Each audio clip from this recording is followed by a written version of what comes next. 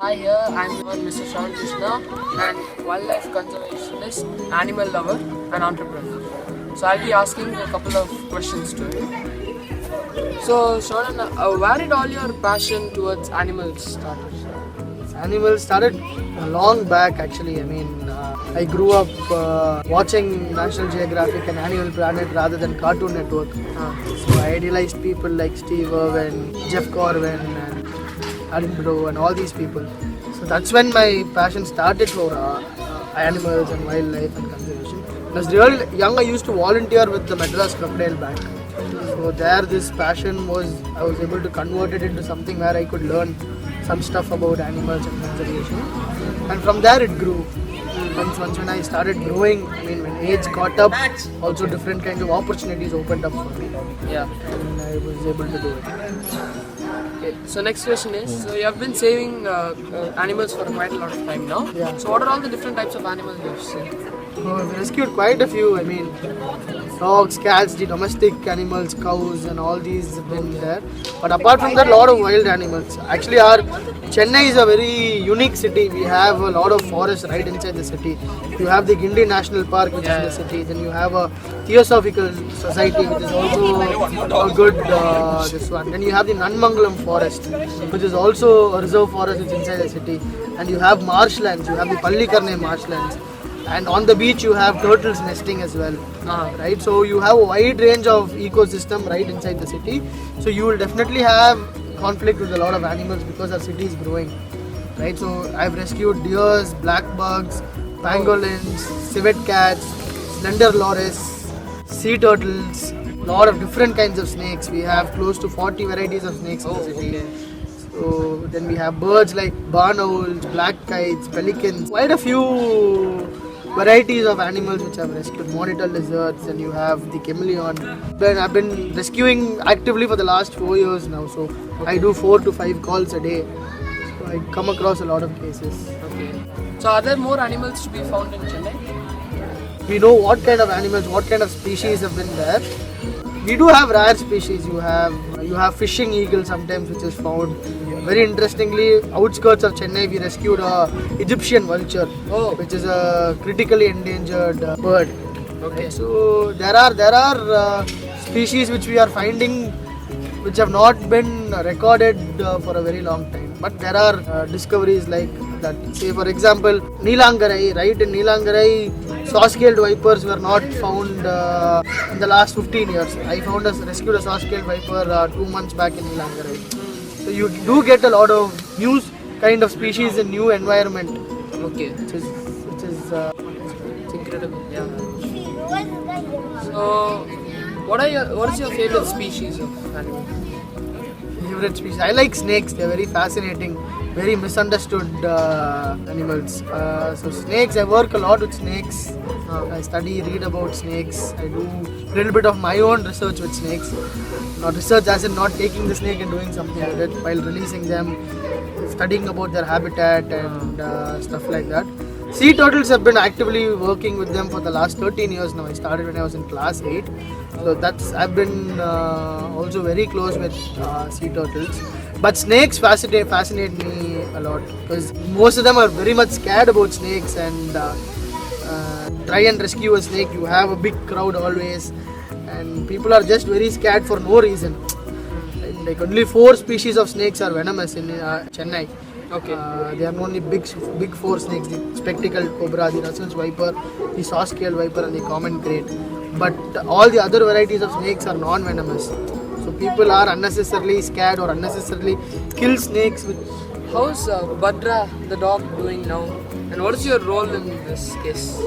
Badra, she's doing good now. She's now recovering from her fracture. Okay. She's at a friend's place now. I didn't keep her at home. My role was trying to find them through social media actually. So it went viral on social media and I got people to give me clues regarding the 2 culprits. That was the one. The second one was rescuing the animal. We didn't know that she was alive. Then later when she found out, we had to rush to the spot and rescue her. So it was actually more of a team effort. We had 2 other people with us who were part of the team. A person called Anthony Robbins who actually filed the case. and another lady called Jennifer Anthony Rubens, who's taking care of the dog now in terms of getting the dog adopted and medical treatment and stuff. So my role was to make people more aware on social media and also rescuing the animal. Okay.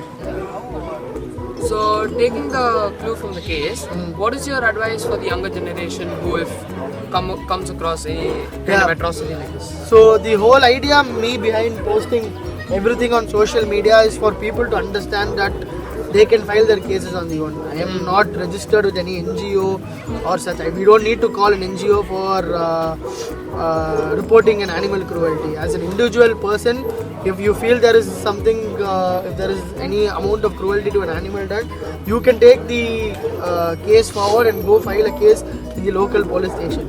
So that was the whole idea behind this one. I wanted people, since I have a wide reach of people following me on social media, I wanted to make sure that people take it up on an individual basis and start filing cases rather than calling me or X person for help. So that was the idea behind it, and that's what we want people to do. Okay, nice. So, what do you like to do when you're not around animals? It's a very tough question. I'm always stuck with animals. Yeah. I mean, I have an aviary now at home where I take care of birds, injured birds. Then I have hotel for dogs. Then you have a shelter. And I have my wildlife rescues. Then turtle season will start again in January. So I'm pretty much occupied throughout. Otherwise, I like to travel, but I like to travel not to big places, not to concrete jungles. I would rather go to forests. Say, last year I went to I went to Ranthambore, I went to Kabini, to Bandipur. So I like to travel, stick around with what I know. There's not too much of break from this. Okay. Not too much of time to do it. When there is a snake or some other animal in the house, some people call you before they call the animal of Blue Cross, animal care of Blue Cross. So, how do you feel about that? Say there is a lot of this one. Blue Cross can only take in domestic animals. They can only rescue domestic animals. They can't rescue snakes. Not many people can rescue snakes in the city, right? Because you need to be specialized in it. Wild animals, of course, you need the forest department's permission to rescue them. Okay. So all these people, Blue Cross have been doing a good job, but they are always overloaded with work calls. It's practically not possible for them to attend all the calls. Similarly with forest department as well. If they are understaffed, they give us the call and do it. Say for example, on an ECR and OMR stretch, it is easy for me to cover because my house is right here. Right, so practically it is very easy for me to rescue. So if it's going to be a call somewhere in Anna Nagar or Keel Park or Perambur, by the time I go there, the animal would have died, or probably if it's a snake, it would have run away. So in that cases, we have volunteers in different places in the city to do it. So since these people are overloaded at work, it's better for us to do it. So how did you come up with the idea for dog hotel?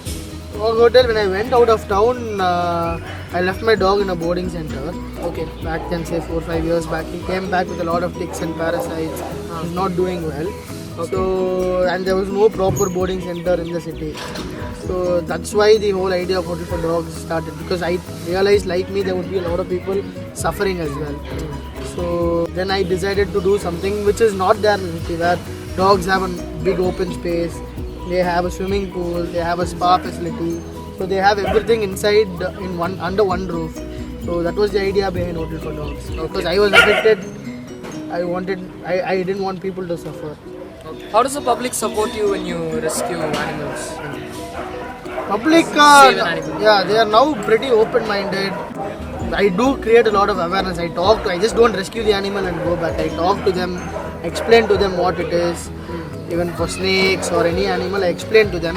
So they are very understanding. If someone who's educated, who's young, who goes speaks around to people, they definitely listen, right? So, and like I said, the biggest advantage now, you have social media, where you have a lot of people following, right? So once when you post something which is good, people automatically share and it reaches a lot of people. So that's a good way for us to create awareness and support. Like for example, since I do a lot of rescues, I rescue a lot of wild animals. So I can help a lot of other people, activists fighting for different causes, to get their causes in a public forum as well. So in that way it's very useful. So what are your future plans?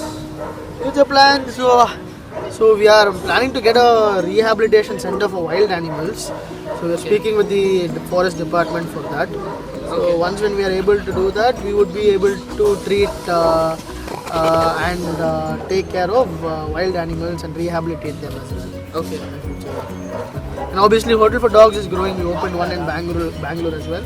Yeah. So across India we are looking to open more places. Okay. So if anybody is interested to join you, how can they approach? You can send me an email Okay. and get in touch with me. My email ID is ShravancD, C for cat and D for dog, ShravancD@gmail.com. So they can get in touch with me and I would help them out in whatever way possible. Yeah. So what is your message to the young millennials who are in school? Follow your passion, don't leave it, don't choose the beaten path already. There are so many different ways to do it, and so always try to mix your work and passion together so your life becomes easier. And your school, APL Global, I know your principal pretty well, your principal, and they leave their dogs at our boarding center. Okay. 2 golden retrievers, one lab. So they are also very, your school is actually very supportive. They keep calling me to conduct workshops over there.